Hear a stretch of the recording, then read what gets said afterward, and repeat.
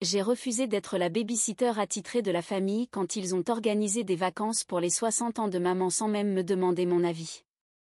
Moi, une femme de 27 ans, j'ai passé les 5 dernières années à faire progresser ma carrière de directrice chez Preston Technologies, l'une des entreprises technologiques connaissant la plus forte croissance à Austin, pendant que mes sœurs cadettes commençaient à fonder des familles. Moi, je me suis concentrée sur l'ascension de l'échelle professionnelle. Ne vous méprenez pas, j'aime mon travail et le chemin que j'ai choisi, mais parfois je me demande si je n'ai pas raté quelque chose en cours de route. Pas de mari, pas d'enfant, juste moi dans mon bureau d'angle surplombant le centre-ville d'Austin. C'était un mardi matin ordinaire lorsque mon téléphone a sonné. Lorraine, ma sœur de 25 ans, s'afficha à l'écran et je répondis tout en triant les évaluations trimestrielles de performance sur mon bureau. « Salut H, tu as une minute ?» demanda Lorraine à travers le haut-parleur. Ma plus jeune sœur a toujours été la plus enjouée. « Bien sûr, que se passe-t-il ?» dis-je en poussant quelques papiers de côté, écoutant à moitié en continuant de lire les chiffres. « Tu sais que maman aura 60 ans dans 2 mois, non ?» dit-elle en marquant une pause. « Eh bien, on prépare quelque chose de spécial et on a besoin que tout le monde participe. » Cela piqua ma curiosité. « D'accord, combien ? » Lorraine annonça le montant et j'ai failli m'étouffer avec mon café. C'était plus que ce que j'avais dépensé pour mes dernières vacances, qui remontaient, en y repensant, à 3 ans. « Je sais que c'est beaucoup, » ajouta rapidement Lorraine, « mais c'est pour maman, tu vois. » « Non, non, c'est bon, » répondis-je en ouvrant déjà mon application bancaire. « Je vais le transférer tout de suite. » « Super, oh, et une autre chose, prends une semaine de congé pour fêter ça, ne prévois rien d'autre pendant cette période, d'accord ? Les semaines suivantes passèrent dans un tourbillon de réunions et de délais. Je me demandais périodiquement ce que mes sœurs pouvaient bien organiser avec tout cet argent, mais à chaque fois que je posais la question, elles me répondaient vaguement. Finalement, le travail prit le dessus et l'anniversaire de maman glissa au second plan dans mon esprit. Puis vint le dîner du samedi. Nous étions tous réunis chez nos parents, maman et papa, mes sœurs, tante Suzanne et ses enfants, Nathan et Daniel, mes cousins, avec leurs familles. Le chaos familier d'un souper de famille nous enveloppait. Papa racontait encore ses vieilles blagues sur le football texan, maman s'affairait à remplir les assiettes de tout le monde, la routine habituelle. Lorraine lâcha alors sa bombe, tout en repoussant distraitement ses asperges grillées sur son assiette. On a enfin tout organisé pour l'anniversaire de maman. On va passer une semaine au Mountain Pine Resort au Colorado. La table explosa en discussions enthousiastes. Maman rayonnait, papa parlait déjà des pistes de ski, et mes sœurs discutaient des descentes qu'elles voulaient tenter. Pourquoi personne ne m'a rien dit plus tôt, dis-je, me sentant exclue. Je n'ai même pas de tenue de ski, et il ne reste presque plus de temps pour en trouver une. La table devint soudain silencieuse.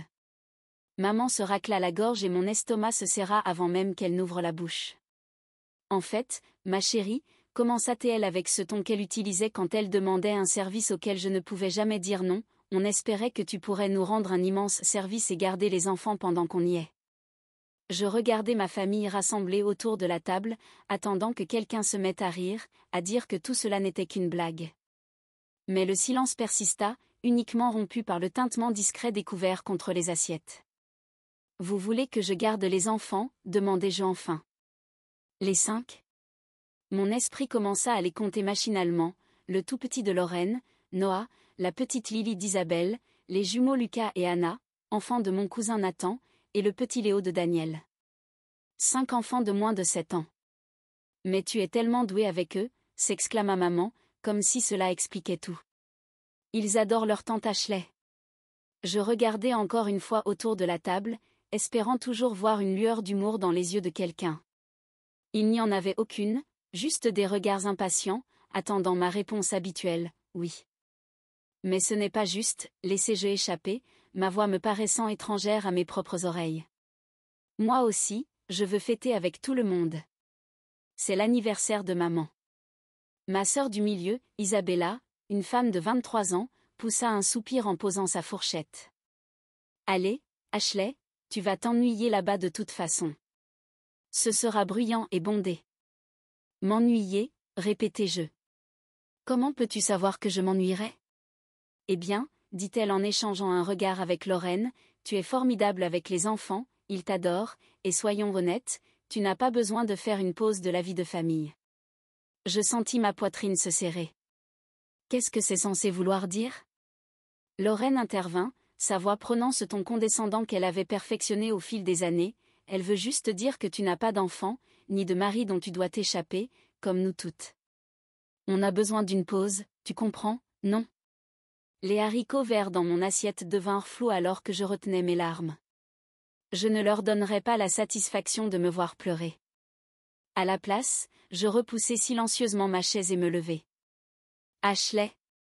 La voix de maman trahissait l'inquiétude, mais pas assez pour me faire changer d'avis. Sans dire un mot, j'ai attrapé mon sac à main sur le comptoir et je me suis dirigée vers la porte. Personne n'a tenté de m'arrêter, personne n'a élevé la voix.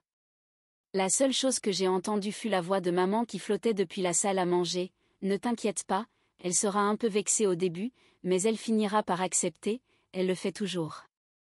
Alors que je marchais vers ma voiture, leur voix s'éloignait derrière moi, déjà en train de parler de pistes de ski et d'équipements d'hiver. L'air du soir était frais contre mon visage, aidant à apaiser mon esprit. 10 ans. 10 années à mettre les autres en premier, à être celle sur qui on pouvait compter, la responsable, et voilà ce que je recevais en retour. Le pire, ce n'était même pas la demande de garder les enfants, c'était la désinvolture avec laquelle ils pensaient que j'accepterais. La manière dont ils avaient tout organisé sans moi, avec mon argent, mon temps, mes jours de congé, sans même me consulter, comme si je n'étais qu'une ressource à utiliser. Aucun membre de la famille ne m'avait incluse. J'ai passé la moitié de la nuit à faire les 100 pas dans mon appartement du centre-ville, repensant à chaque repas de famille, chaque fête, chaque fois où j'avais mis de côté mes propres besoins pour aider quelqu'un d'autre. Les souvenirs revenaient en rafale, chacun prenant une nouvelle signification, plus sombre, à la lumière de ce qui s'était passé ce soir. À 16 ans, je préparais le dîner pendant que maman aidait Isabella avec ses devoirs. À 18 ans, j'avais refusé un voyage de printemps avec des amis pour garder Lorraine pendant que nos parents partaient en escapade. À 21 ans, Isabella travaillait 2 emplois à l'université pour pouvoir se payer sa robe de bal. Les images affluaient, année après année, sacrifice après sacrifice. Ashley, tu peux garder Noah pendant quelques heures? La voix de Lorraine résonnait dans ma tête. J'ai vraiment besoin d'une pause. Ashley, est-ce que ça te dérangerait de prendre les jumeaux ce week-end? La requête familière de Nathan revenait comme un disque rayé. Sophia est dépassée, et tu es tellement douée avec les enfants. J'avais toujours répondu oui. Toujours. Même si j'avais des réunions importantes le lendemain. Même si j'étais épuisée par ma propre semaine de travail. Je tirais une certaine fierté à être la fiable, la sœur responsable, la fille parfaite. Je me suis affalée sur mon canapé, le cuir froid contre ma peau. Les albums photos sur ma table basse ont attiré mon regard. Lors des vacances familiales, j'étais toujours celle derrière l'appareil photo. Lors des fêtes, j'étais sans cesse dans la cuisine pendant que les autres riaient dans le salon. Quand est-ce que quelqu'un m'avait demandé ce que moi je voulais? Ce n'est pas comme si tu avais besoin d'une pause de la vie de famille. Les mots de Lorraine tournaient en boucle dans mon esprit, comme si ma vie, mon travail et mes choix étaient moins valides parce que je n'étais pas mariée avec des enfants. Comme si tous mes sacrifices ne comptaient pas parce qu'ils ne correspondaient pas à leur vision de ce qui est important. Le sommeil ne vint pas facilement cette nuit-là. Je me tournais dans mon lit en me rappelant comment j'avais travaillé dur pour obtenir une bourse universitaire, déterminée à ne pas être un poids financier pour mes parents, comment j'avais commencé à travailler dès l'obtention de mon diplôme, aidant à financer les études de mes 2 sœurs, toutes ces soirées tardives passées à gravir les échelons, envoyant une partie de mon salaire à la maison pour aider aux dépenses familiales. À l'aube, j'avais pris ma décision. Je n'étais pas du genre à aimer la confrontation, et je ne l'avais jamais été. Il devait bien y avoir un moyen de régler cela calmement, de leur faire comprendre sans provoquer de conflit. Alors j'ai fait ce que j'avais toujours fait face à un problème, j'ai tenté de le résoudre. J'ai attendu une heure raisonnable le dimanche matin pour appeler. Maman a décroché au 3e appel. « Salut maman », dis-je, d'un ton ferme, j'ai réfléchi au voyage au complexe et j'ai trouvé une solution. Je vais payer une baby-sitter professionnelle pour les 5 enfants, comme ça tout le monde pourra profiter de la fête ensemble. Le silence de l'autre côté de la ligne a duré un peu trop longtemps. Ça ne marchera pas, Ashley, déclara finalement maman, sa voix tendue, on ne peut pas faire confiance à une inconnue avec nos enfants. Ils sont habitués à toi. Maman, moi aussi je veux faire partie de la célébration, expliquai-je, je veux être là pour ton anniversaire. Je peux trouver une excellente nounou, avec de très bonnes références. Tu n'es pas exactement une fêtarde, m'interrompit-elle d'un ton sec, tu serais probablement mal à l'aise avec tout le bruit et l'agitation. Et puis les enfants te tiendront occupé, tu passeras un bon moment avec eux, c'est l'idéal pour tout le monde. Avant que je ne puisse répondre, j'ai entendu le déclic de la fin d'appel. Je suis restée là, le téléphone toujours collé à mon oreille. Les mots de ma mère faisaient leur chemin en moi. Elle n'avait même pas pris la peine de me dire au revoir.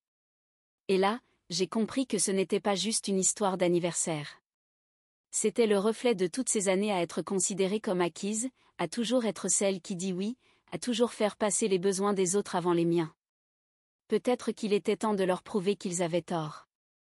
Mise à jour 1, je fixais toujours mon téléphone en réfléchissant à la manière dont ma mère avait raccroché si brusquement.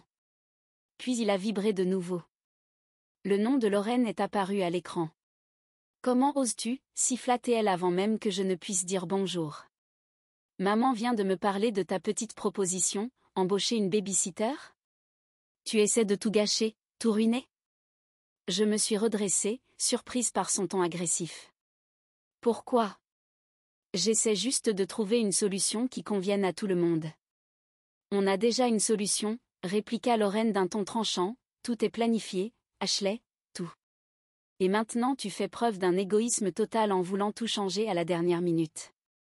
L'accusation me frappa comme une gifle. Je suis égoïste? Oui, tu le es. On prépare ça depuis des semaines. Tout le monde est enthousiaste, le complexe est réservé, les activités sont planifiées, et maintenant tu veux tout gâcher juste parce que tu ne peux pas faire une seule chose pour ta famille, une seule. Je commençai à répondre, mais elle m'interrompit de nouveau, si tu gâches ce voyage pour tout le monde, si tu sabotes l'anniversaire de maman, ne me parle plus jamais, Ashley. Je suis sérieuse. L'appel fut coupé. Je suis restée abasourdie par la menace de ma petite sœur. Puis mon téléphone vibra de nouveau, cette fois, c'était un message d'Isabella. Mes mains tremblaient. La famille doit rester unie, disait son premier message, tout le monde s'entraide. Tu te souviens quand j'ai couvert ton événement professionnel l'année dernière quand tu étais malade? Les enfants t'adorent. Pourquoi tu ne peux pas juste arrêter d'être rancunière et penser à ce qui est le mieux pour la famille? Mes doigts s'activèrent sur le clavier pour répondre, une vraie famille ne profite pas les uns des autres. Une vraie famille respecte les souhaits de chacun et inclut tout le monde dans ses activités. Une vraie famille ne manipule pas et ne culpabilise pas, j'ai vu les 3 petits points apparaître et disparaître plusieurs fois, mais aucune réponse ne vint. C'est là que quelque chose en moi a changé.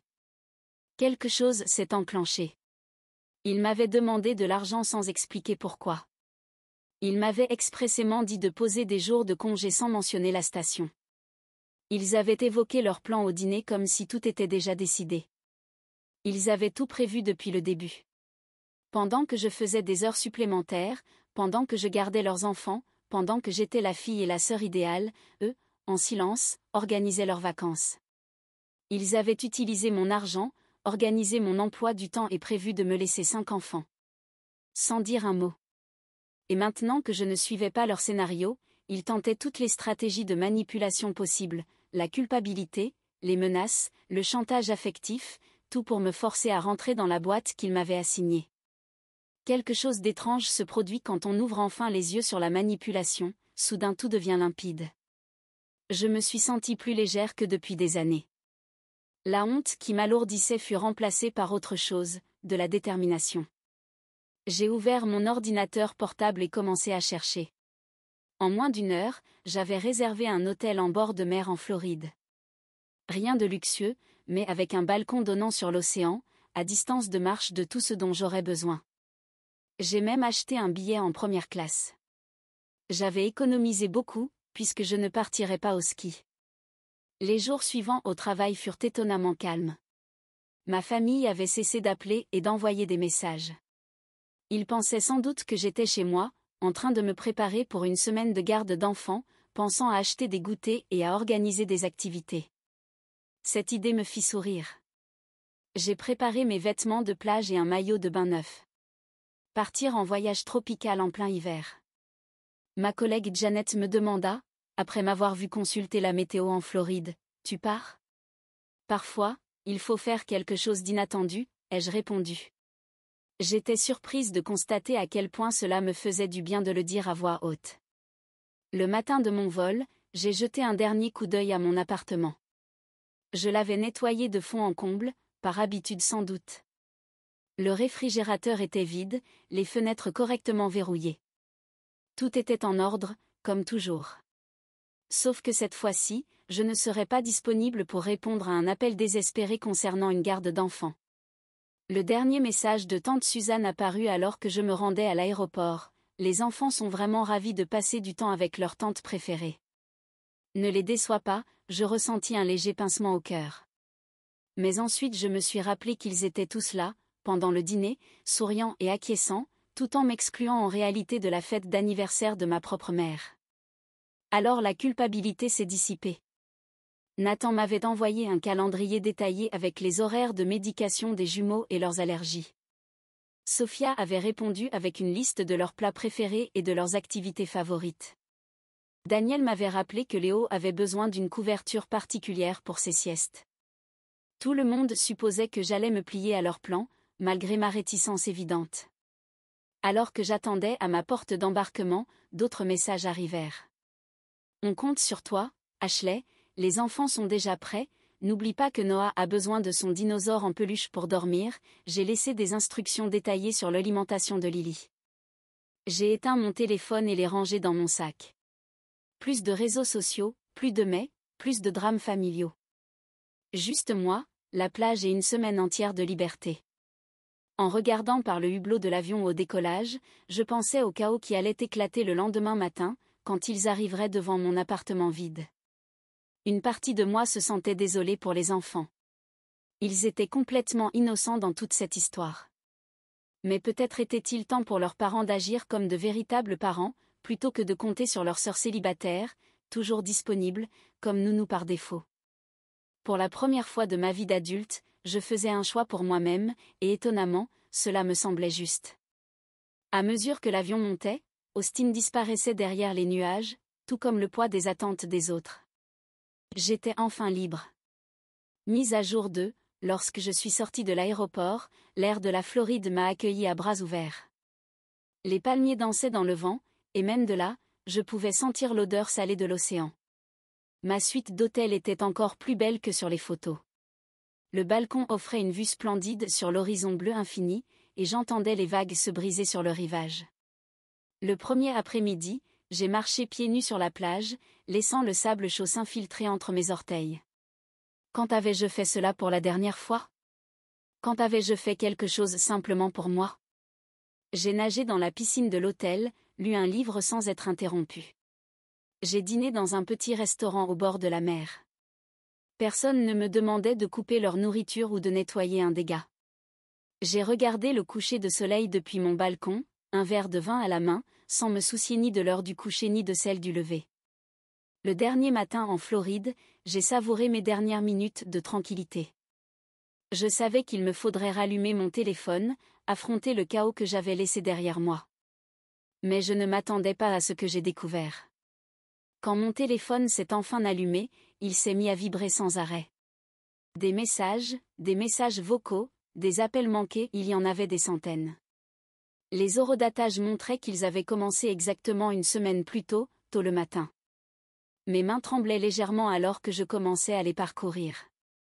Les premiers messages venaient de Lorraine. « Où es-tu? On est devant chez toi », puis Emma, « Ashley, ouvre la porte », les enfants s'impatientent, Nathan, et « On a amené Lucas et Anna comme prévu, tu es là, Daniel, Ashley, que se passe-t-il ?» Léo demande après sa tante.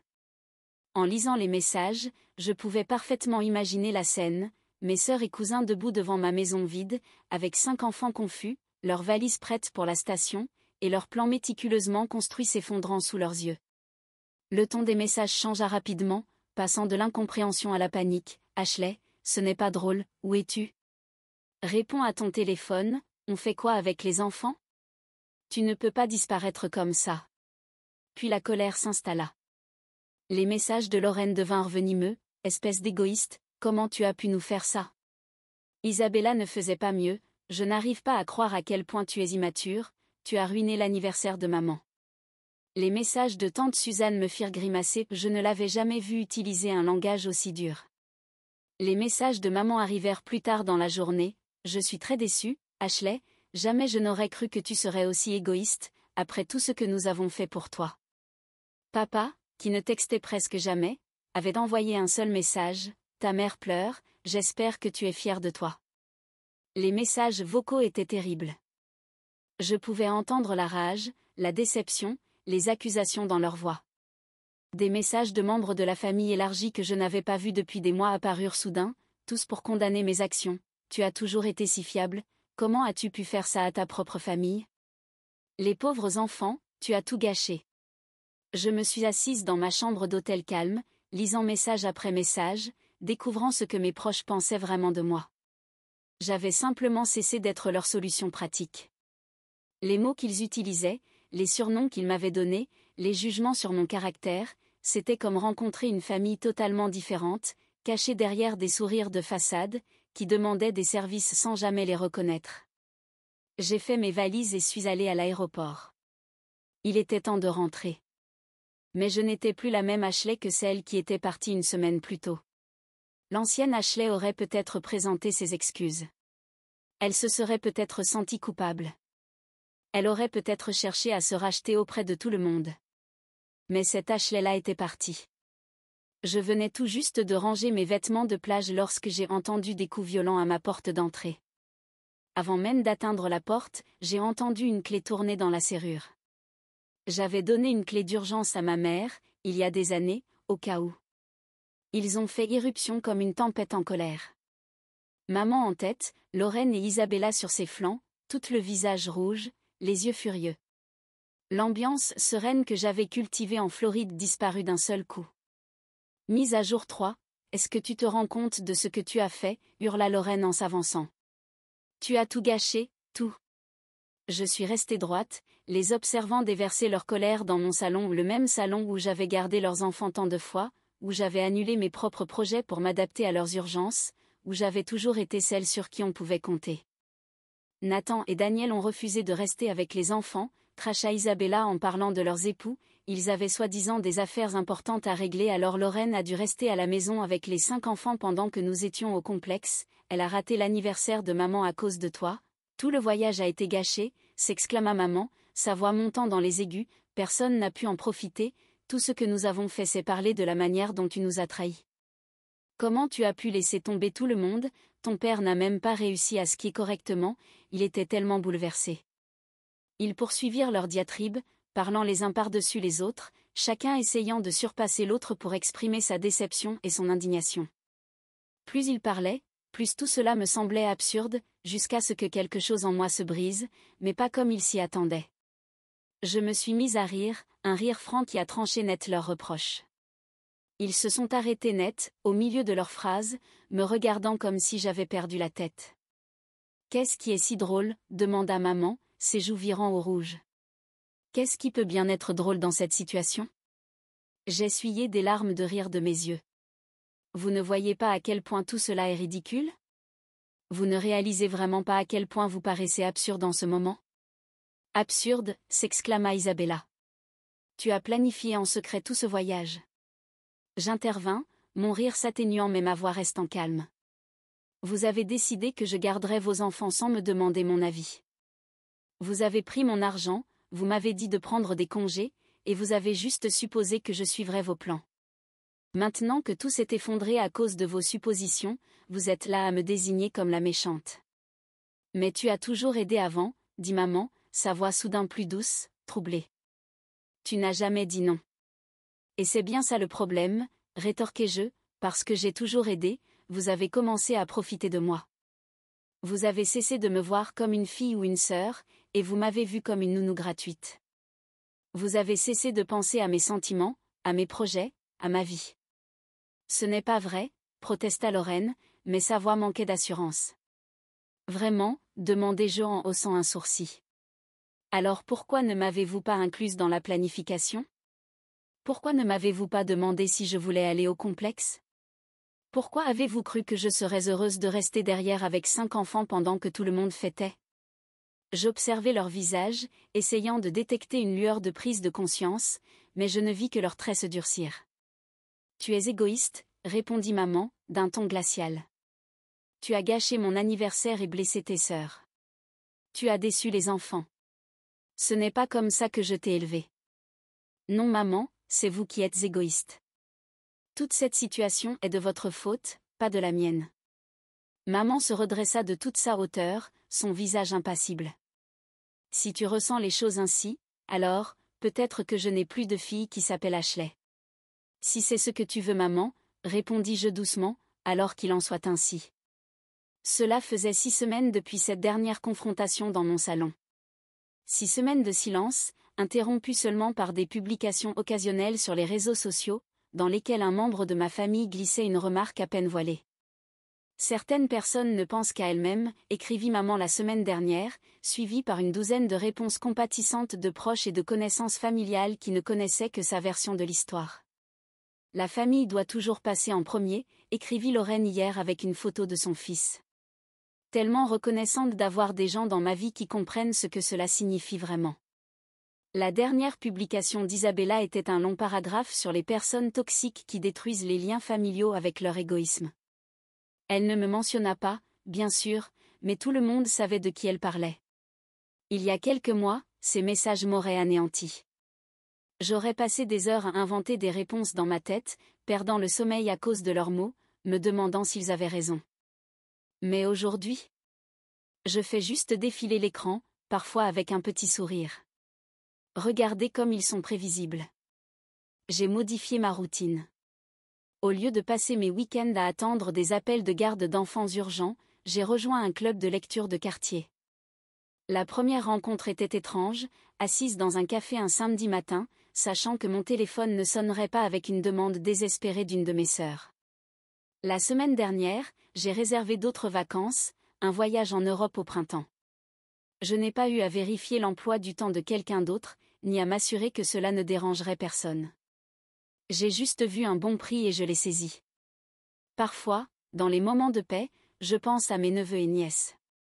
Ils me manquent, mais pas de la manière dont on les utilisait contre moi. J'espère que lorsqu'ils seront grands, ils comprendront. Peut-être qu'ils verront les mêmes schémas dans leur propre vie et feront un autre choix. J'ai encore la clé d'urgence que maman avait utilisée ce jour-là. Je devrais probablement la renvoyer, mais quelque chose m'arrête à chaque fois que j'y pense. Peut-être qu'une partie de moi espère qu'un jour ils comprendront, qu'ils réaliseront à quel point leur comportement et leurs exigences étaient injustes, comment ils ont profité de mes sentiments pour eux, que les enfants sauront qu'être une famille ne signifie pas se sacrifier pour répondre aux besoins des autres. Mais je n'attends plus ce jour. Je ne mets plus ma vie en pause dans l'espoir d'être acceptée ou comprise. Pour la première fois de ma vie, je me choisis moi-même, et cela me semble juste. Hier, j'ai supprimé la conversation familiale de mon téléphone. Je n'ai pas fait d'annonce, je n'ai pas tenté d'expliquer. Je me suis simplement retirée, calmement, d'un engagement de plus, d'une source de stress en moins. Certains appelleront cela de l'égoïsme, ma famille certainement, mais j'ai découvert qu'il y a une différence entre être égoïste et avoir du respect pour soi-même. Parfois, la chose la plus saine à faire, c'est de s'éloigner des gens qui ne voient pas ta valeur au-delà de ce que tu peux leur apporter. Alors que je me détends dans mon appartement paisible, feuilletant des guides de voyage pour mon futur séjour en Europe, j'ai réalisé une chose, le silence, qui auparavant me semblait menaçant, ressemble désormais à une libération. Les espaces vides de mon agenda, qui autrefois me causaient de l'anxiété, ressemblent maintenant à des possibilités. Je ne suis plus seulement la tante sur qui on peut toujours compter, la fille parfaite ou la sœur serviable. Je suis Ashley. Et pour la première fois de ma vie, cela me semble suffisant. Merci de votre écoute. Si vous ne vous êtes pas encore abonné, n'hésitez pas à le faire, et cliquez sur la cloche de notification pour rester informé des histoires vraies et bouleversantes qui se déroulent tout autour de vous.